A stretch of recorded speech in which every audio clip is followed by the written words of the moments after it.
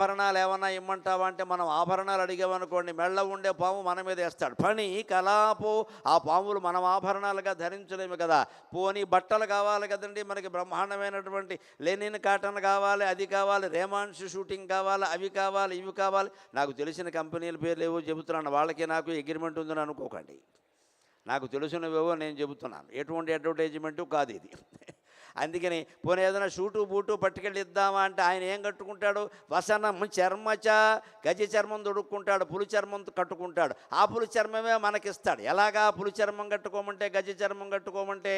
బహుశా నాకు పెద్ద అనుమానం ఏంటంటే, మన కుర్రాళ్ళు వేస్తూ ఉంటారు జీన్స్ ప్యాంట్, అది ఏనుగుతో లేనండి, అనుమానం ఏం లేదు. ఇంకా అంత లావుగా ఏది ఉండదు, ఎంత ఉతికినా దానికి మాసింది పోదు, వాషింగ్ మెషిన్లో వేస్తే మిషన్ అరిగిపోతుంది. అందుకని శివుడు కట్టేటువంటి గజ చర్మాన్నే మన వాళ్ళు కాస్త కుట్టించుకుని ఈ జీన్స్ ప్యాంట్ కింద తొడుగుతున్నారు. అందుకని ఏ కుర్రాడు అమ్మాయి మీకు జీన్స్ ప్యాంటుతో కనపడినా నమ శివాయ అని నమస్కారం పెట్టుకోండి, పుణ్యం వస్తుంది హాయిగానం. జీన్స్ ప్యాంట్ అంటే అదే, అంతకంటే ఉంది కనుక.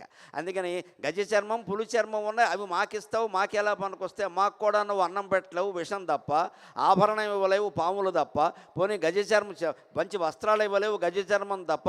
వాహనం మోక్షక, పోనీ ఈవేళ మనందరికీ హైదరాబాదులో ఉన్న మీ అందరికీ ముఖ్యంగా కార్లు కావాలి. ఒక్కో అపార్ట్మెంట్కి ఈ మధ్య ఒక పార్కింగ్ కాదు, 2 పార్కింగ్లు పెడుతున్నారు. ఎందుకంటే భార్యాభర్త కూడా ఒక కారులో వెళ్ళరు అని బాగా తెలుసు అందరికీ. ఆవిడకో కారు, ఈయనకో కారు, ఎవరి కారు వారు, వీరి దారి వారిది, వారి దారి వీరిది.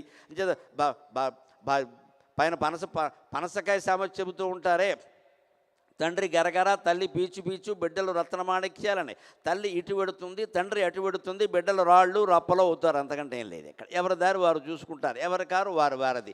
అందుకని మనం ఏదైనా కారు అడిగామనుకోండి, ఆయన ఏం చేస్తాడు? మనం ఇక్కడ భక్తి టీవీ కోటి దీపాల్లోకి వస్తుంటే మనకి స్వాగతం చెప్పింది చూడండి, నంది.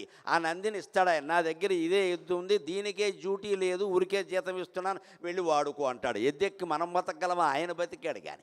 వాహనం మోక్షక, అందుకని మాకు అన్నం పెట్టలేవు, నీ దగ్గర విషం ఉంది, మా దగ్గర ఆభరణాలు ఇవ్వలేవు, నీ దగ్గర పాములు తప్పితే ఏమీ లేవు, మాకు వస్త్రాన్ని ఇవ్వలేవు, నీ దగ్గర గజ చర్మం తప్పితే ఏమీ లేదు, మాకు వాహనాన్ని ఇవ్వలేవు, నీ దగ్గర ఎద్దు తప్పితే ఏమీ లేదు. మమదాశ్చసి కిం కిమస్తి శంభో, జగద్గురువు శంకరాచార్య మన తరఫుని ఎంత